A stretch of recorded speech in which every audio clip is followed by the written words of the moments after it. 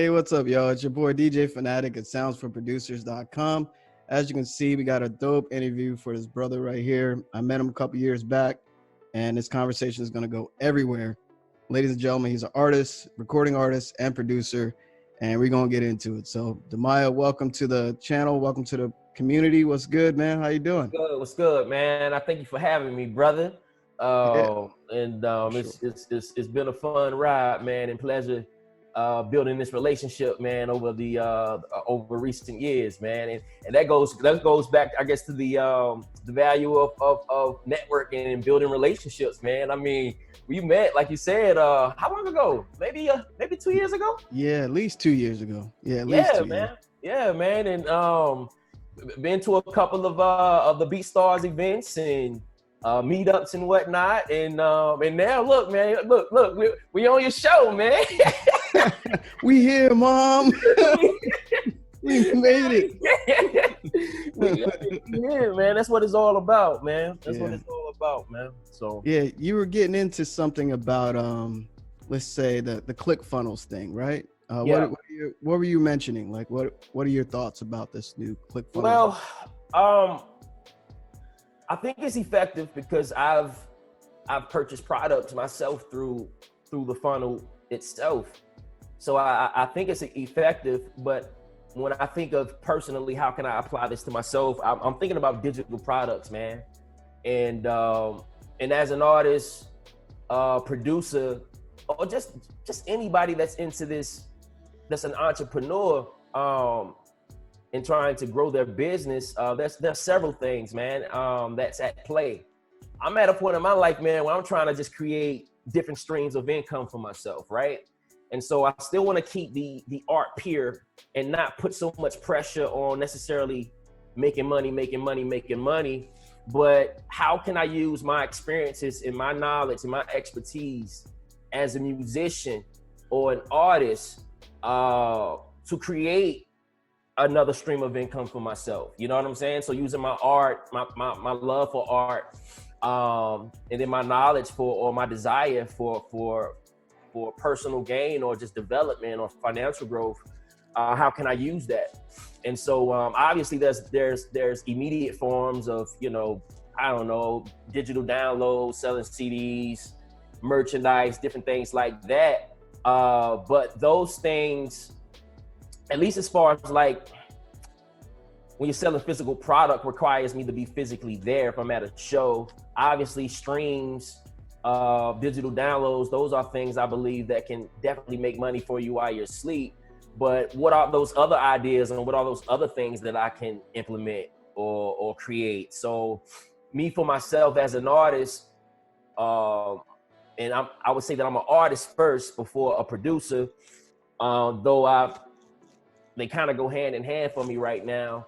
But a lot of people, matter of fact, even yourself, you have kits, producer kits and whatnot. But soundsforproducers.com. Yeah, man. And so on the flip side of that, how does that look for an artist? Well, you have vocal kits as well. And so I'm in the process of going back, whether I finished an idea or not. I have hot lines and hot verses sitting all on my drive, whether I finish the song or not. And so I've been thinking about how can I chop these things up and make, vocal kits out of it. I've put them on the site. Man.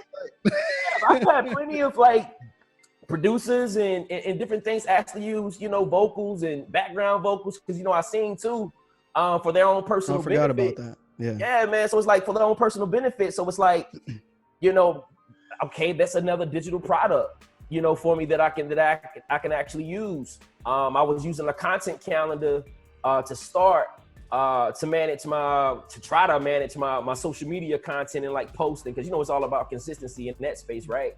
Yeah. And I had like a whole calendar that kind of broke down each social media platform for each day. I mean, it was pretty comprehensive that I kind of repurposed from a free template that I received. But I can create a digital product out of that, whether I'll do it for free and free download, but I need your email address. I can collect some form of data with kind of creating these digital products for myself as a music artist in efforts to help others, number one, But number two, also possibly, you know, create a brand new relationship or income source. You know what I'm saying? So I've been kind of brainstorming ideas of how can I apply what AD is doing or others like yourself are doing on my level without burning out at the same time. So I don't mind putting the effort into like on the front end, like front loading things, creating all of this content on the front end. But for a long time, man, when I was first started, I used to,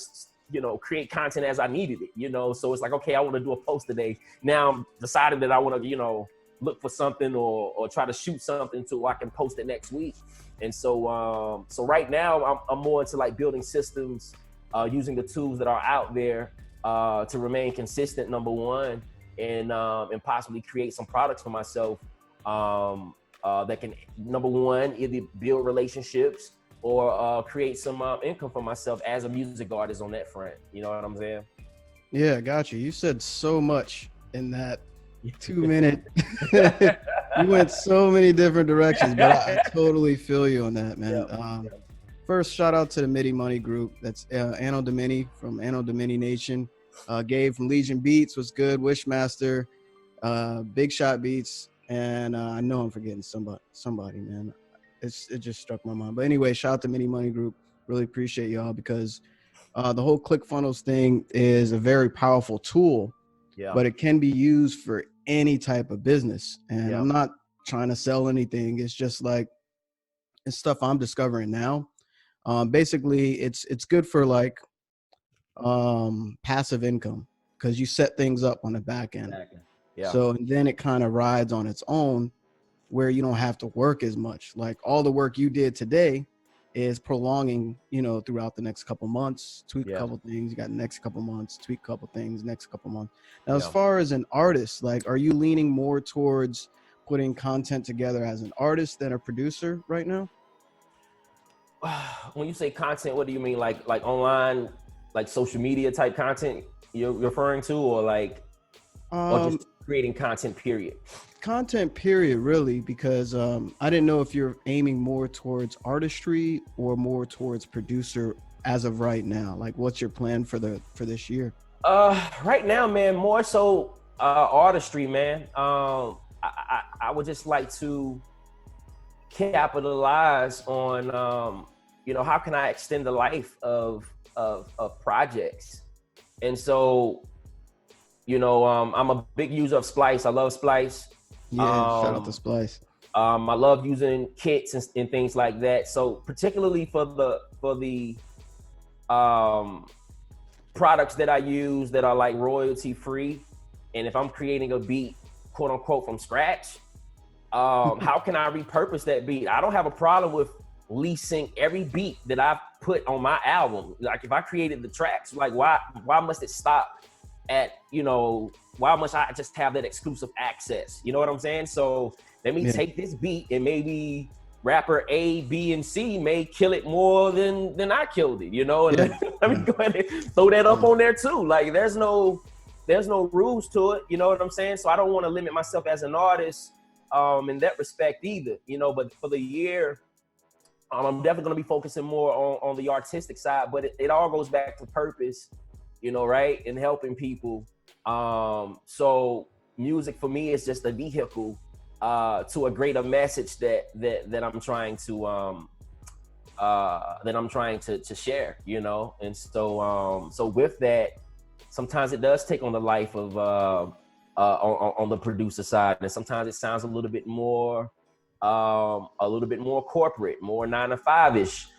We living in a world, man, where there's this guy, I forgot his name. I think his name is Brandon Torrey. He called it multi-dream. I call it multi-careers. But the truth of the matter is that you can pursue these things at the same time. I think it's all about your approach and the strategy that you use. I can be just as effective as a producer, just as much as I could be as an artist. I just really think it's about, you know, ultimately the approach to it. And, you know, when you have platforms like Splice where you can create or sounds on what was it, Sounds sounds for producers. Yeah, sounds for producers. We have platforms like that. Only thing I need to do is create the product and put it on the platform, you know, and there's marketing and things that that goes into play as well. But even those marketing campaigns can be planned, you know, in advance. You know what I'm saying? Like, to me, those are things that can be kind of scheduled and created within that process. I just think it's about just your approach. Obviously, you know, something's going to have to take the more dominant focus, but I think with some great time management, you can arguably effectively do it all, because it's proven. You know, it has been done. I love Ryan Leslie, man. His everything about that guy, you know, is his whole approach to everything to me is pretty remarkable, man. Yeah, it's funny you bring up his name, because in one of my other interviews, somebody brought up his name as well. Yeah, and I totally agree. Ryan Leslie was like so business savvy, way ahead of his time. Like, his whole business model about the connection with your customer, you know, making it a one-on-one experience. And that's kind of why I wanted to do these interviews, because like, we got a lot of producers that watch the channel, you know, even people that don't subscribe. If you haven't subscribed, click the sub button, click the bell as well. But these type of conversations, you're making a one-on-one experience, and people relate to that. So when you start detaching yourself from the human experience, you kind of lose that connection, you know, between the individuals and the content. So it's some pretty deep stuff you're talking about. But yeah, Ryan Leslie's crazy, man, with like all his ideas. Because I saw him in LA. He did a panel. Really? Yeah, he did a panel at the ASCAP Expo. Yeah.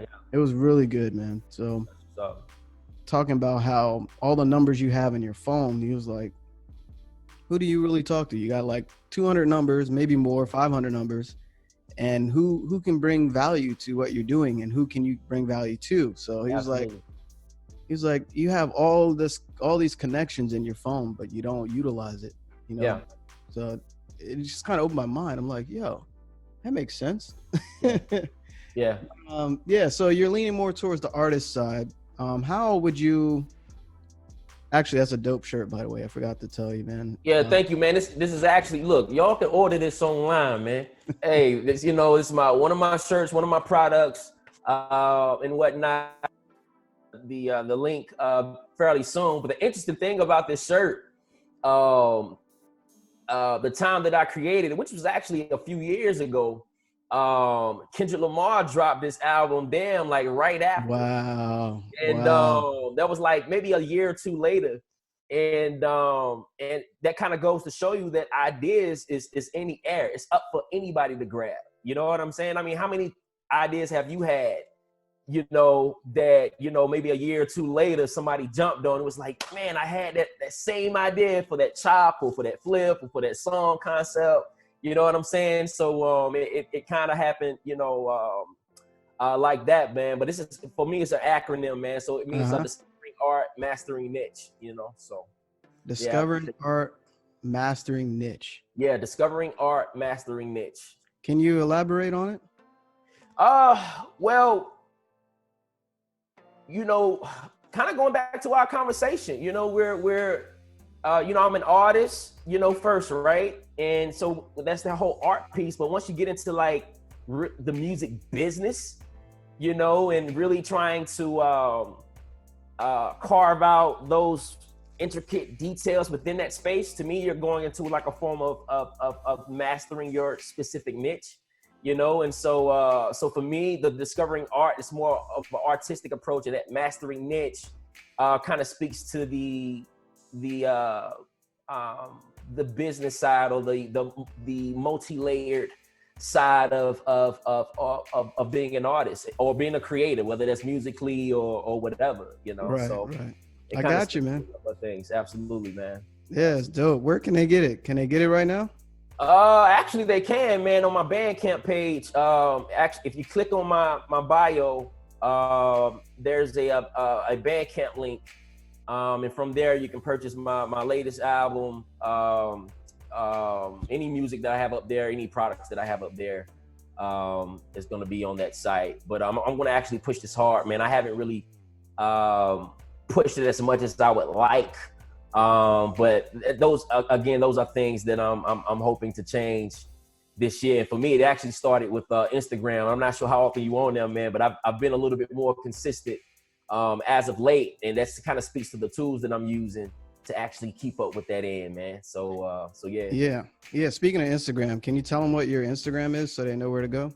Idemaya. So it's Idemaya at Instagram. If you put Demaya in, you'll definitely find me. But Idemaya at Instagram, and so that's the primary platform that I'm using now. I kind of looked at some of my data, and most of the people that consume my content currently are on Instagram as far as social media. And how do you spell it so people know? Because you know how. Yeah. So it's I, like iTunes, IDEMIAH. So Idemaya at Instagram or whatever, you'll catch me. You put in Demaya, I think it'd actually pull up, to be honest. Being that it's not a whole lot, but Idemaya would definitely get you there. Yeah, there you go. Make sure y'all check that out. Check out his music as well. You were talking about mastering a niche. Let's stay on that topic. What is your niche as an artist? I'm going through a journey, man, with kind of figuring out my specific niche. Obviously, it falls within the hip hop, but hip hop is so broad now. Even that has like subgenres, right? Yeah, yeah, man, like 100 of them. Yeah, man. So, and so I'm kind of figuring that space out. I think that's more of an ongoing thing, man. And when I hear mastering niche, I'm not just thinking musically necessarily either. I'm thinking about even my personal skills that I've developed throughout the years. I'm thinking about several things when I think of mastering my niche. As far as my sound, I would say it's more of an East Coast influenced sound, maybe a fusion of R&B. But and for me, that when I talk like that, that's more speaks to marketing for me, the audience, right? So but for right now, it's record to record. So we kind of live in a single base society. So if I create a record that I feel like it's more I don't know, more hard hip hop, and then that's what I'm gonna try to market it to. And if it's more R&B-ish, soulful-ish, then I'm gonna market it towards that way, man. So I always try to find artists. I'm not one of those ones that don't like to be compared to artists. Compare to me to who you need to compare me to, so I can figure out what audience would more likely like my music. So I've never been the one to shy away from being even compared, so. Yeah, you got some dope stuff, man. Like I remember when you submitted something, you were doing something for a contest. I remember I commented, I said, "This is it right here." I said something like, "This is the joint." That remind me of like some almost like Little Brother, to be honest. Yeah. It had that feel, that vibe to it, like a Big Crit type feel. Yeah. Like, go ahead. No, I'm actually excited that you said that, because Little Brother from my hometown, man. Right, yeah. So, and that speaks to another thing, because we've never really had our own sound in North Carolina, man. And I still think, as of right now, when I think of North Carolina hip hop, or when I think of Little Brother, I still think of a East Coast influence. Yeah. Sound. You know what I'm saying? So no, that actually makes me feel good, man. But yeah, man, I think right now my biggest thing is just more so just consistency, man. And just kind of letting the art speak for itself, not overthink, kind of going back to the conversation we had maybe a year ago or so, not overthinking it, man. Just, create the music and see what happens with it, just put it out there, so let's man, talk about where I'm at with it. Yeah, like as creators, producers, or artists, we tend to always overthink the content. Is this perfect enough? Did I spit this line right? Did this verse make sense? Did my voice sound right that day on that track? Or do I sound right on this track? Or producer side, that kick is horrible. That snare is crazy. So as a creative, we get so in our head, so limited that we don't feel free and let it go. So for everyone that's watching, Just let it go and see what works, see what sticks. Because we can create the same song 1,000 different ways, right? Yeah, Like absolutely. you could rewrite the same verse 100 different ways. So what feels good in that moment may be that one that just takes you away. You know what I'm saying? Everyone, you got 1,000 likes. You're like, what the hell? I never get this many likes. You know what I'm saying? And that happens to me on certain beats that I release. I'm like, yo, I did that. That was the fastest beat I ever did, but everybody likes it. You know what I'm saying? It's funny how it happens like that, man. And sometimes, man, it's, you know, there's so many contributing factors, man. When you start talking like social media, you know, it could be the time of day in which you post, the algorithms. You know, it's like so many factors that kind of play into it. There was a recent post that I had on social media, on Instagram rather, of a conversation I had with Music Entrepreneurs Club, Dame. Yeah, shout out to Dame and DJ Pain One and MEC. Appreciate y'all, man. Thank y'all for putting all the content out there. But my bad, I didn't mean to interrupt you. No.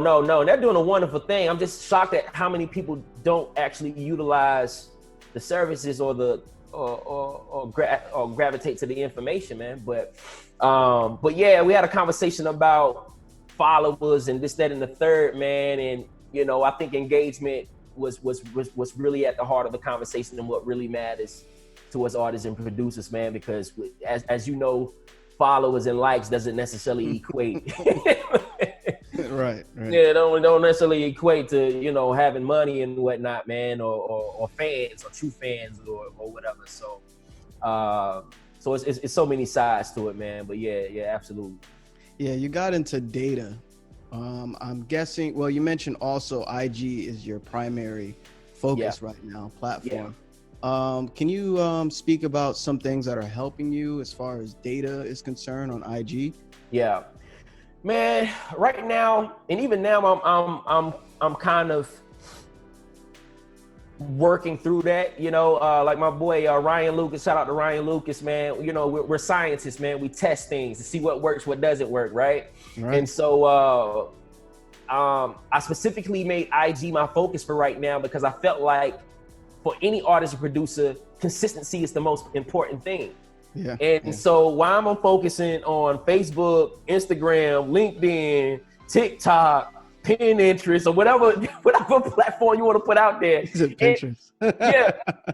and not consistent on any of them. You're like, you know, you know what I'm saying? So you're not like. So I was like, you know what? Let me go ahead and like choose one platform to start, and just let me work on being consistent with that. Right. And then, you know, I can kind of go from there.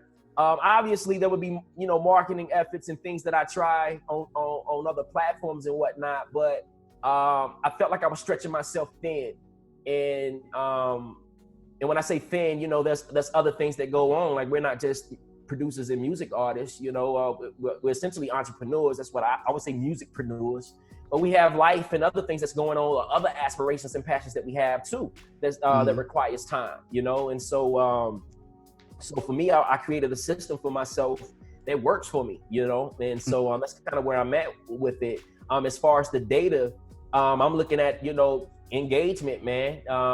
Who's actually engaging with my content? It's probably gonna be a while before I drop 4-minute, 5-minute music videos.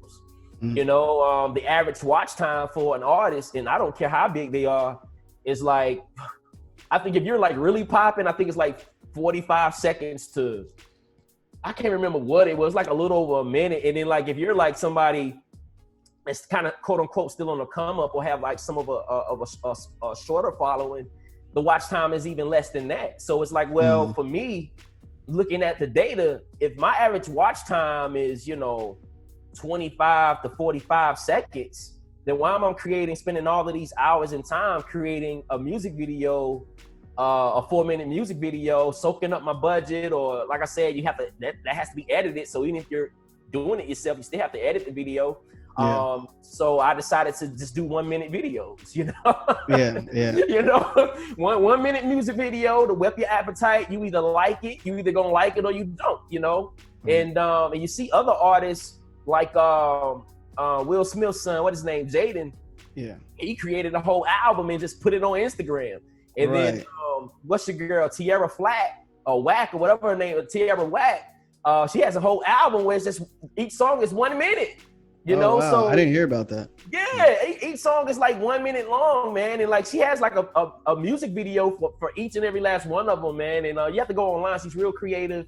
She's out of Philadelphia. She's popping. She kind of reminds me of Missy Elliott, but she's a little bit more lyrical, arguably. But yeah, man. So yeah, man. So you know the time frame of songs are short and the attention span are shorter. So as an independent artist, my thing is, why I'm spending all of this time, you know, creating these long ass music videos, you know. And so I decided that I just do 1 minute videos, and that was all based on data, you know.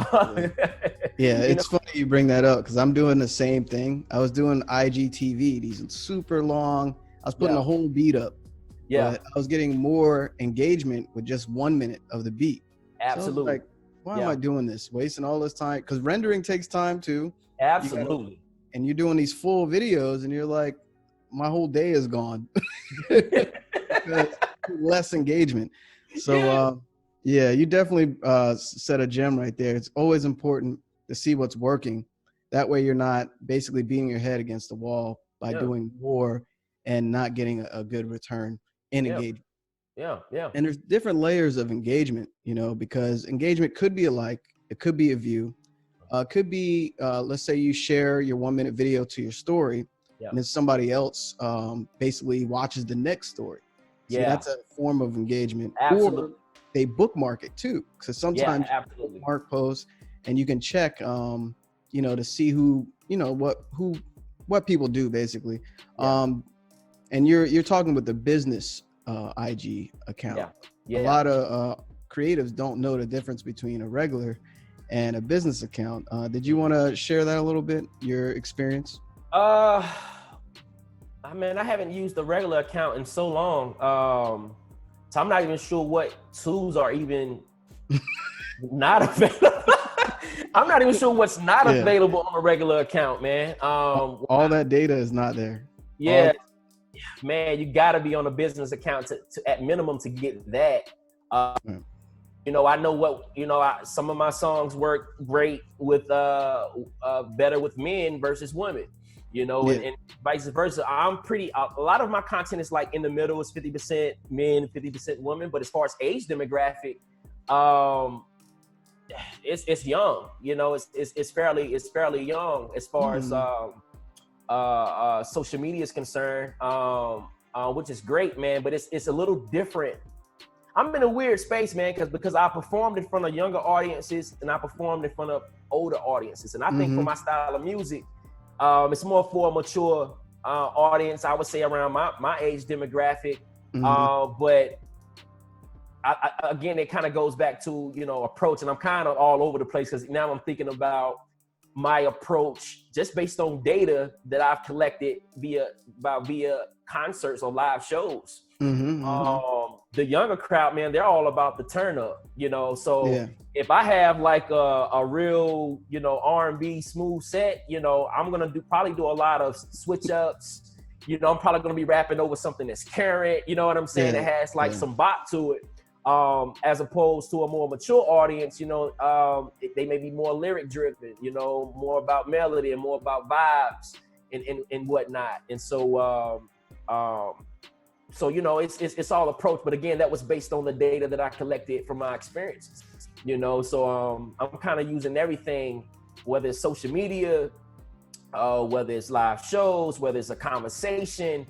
I'm always in that mode of kind of collecting that data for myself and trying in efforts to improve myself as an artist or my products or the things that I offer. So, that's awesome, man.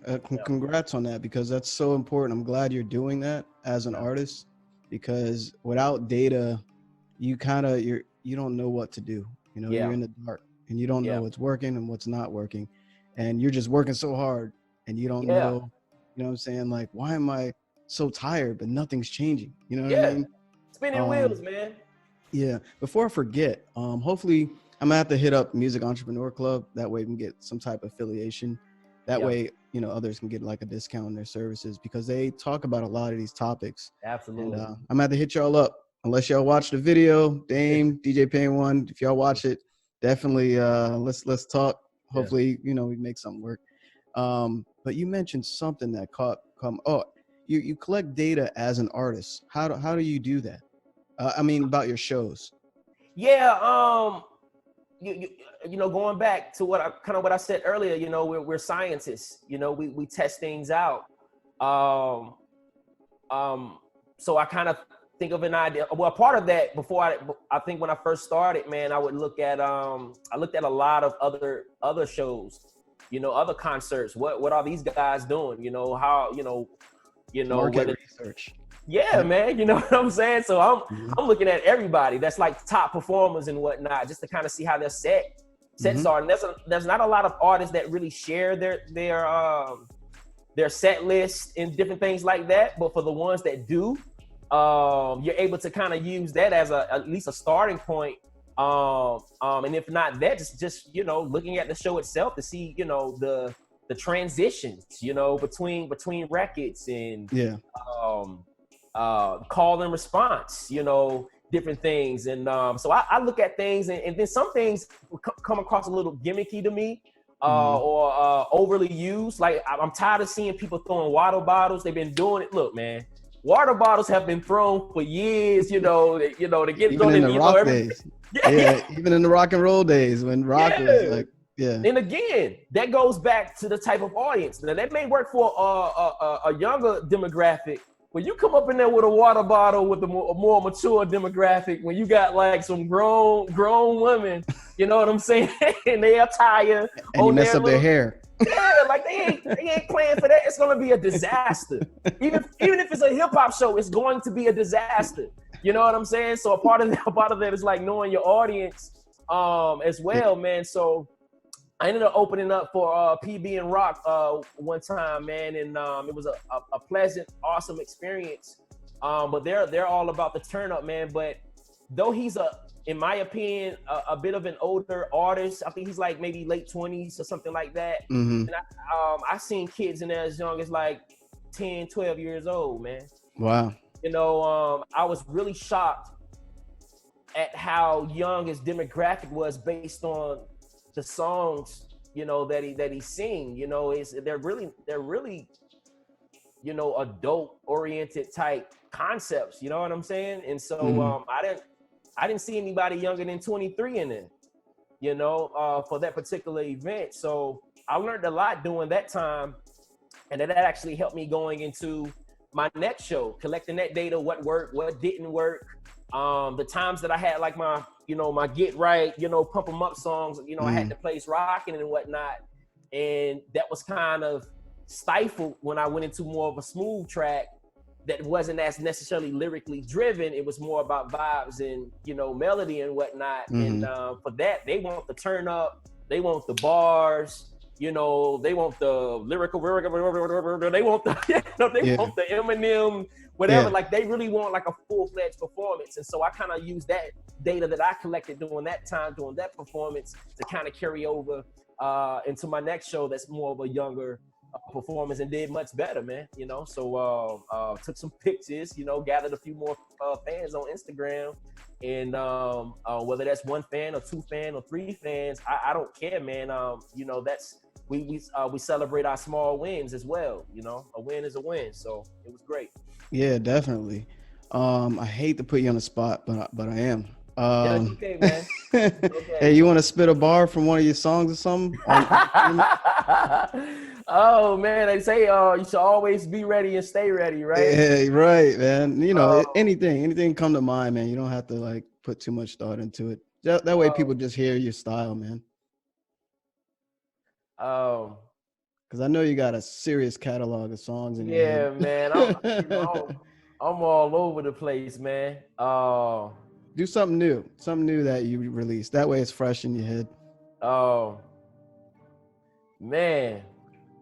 Yeah, you got me. You definitely put me on the spot, man. Cause I'm normally barred up, like ready, man. Go ahead, man. It's the first official freestyle, not freestyle, but verse on the interview, man. It's cool because I'm a producer and I love lyrics. I love listening to how artists think and what they're thinking about at the time.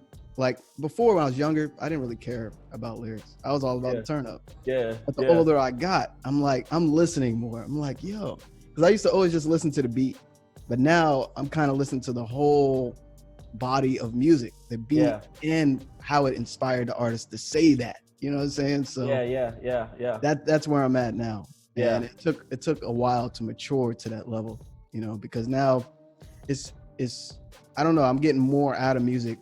Songs that I listened to years ago and I listen to it now, I'm like, yo, I didn't even know he was singing it or rapping about that. Yeah. So I'm paying attention to stuff like that.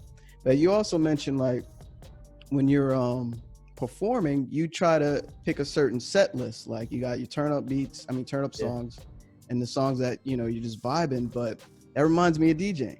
Yeah. You're catering to that audience. You know what I mean? And you want them to have a great experience. You want them to enjoy what you're doing. And you don't want to like get booed or anything, you know what I'm saying? And you don't want it to be whack. Right, exactly. And you got cell phones, everyone's recording everything, and you know what I'm saying? So it's so important to kind of pay attention to what type of audience that you're going in to perform for, because I've done gigs where I had an open format and I didn't even know what audience. I'm talking very diverse. Yeah. It was Indian, Asian, Caucasian, Black, African. It was all over the place in one like room. And I was like, man, those are the ones that give me a headache because I'm like, I don't know what's hot in like, what country is that? Australia. What's hot in Australia right now?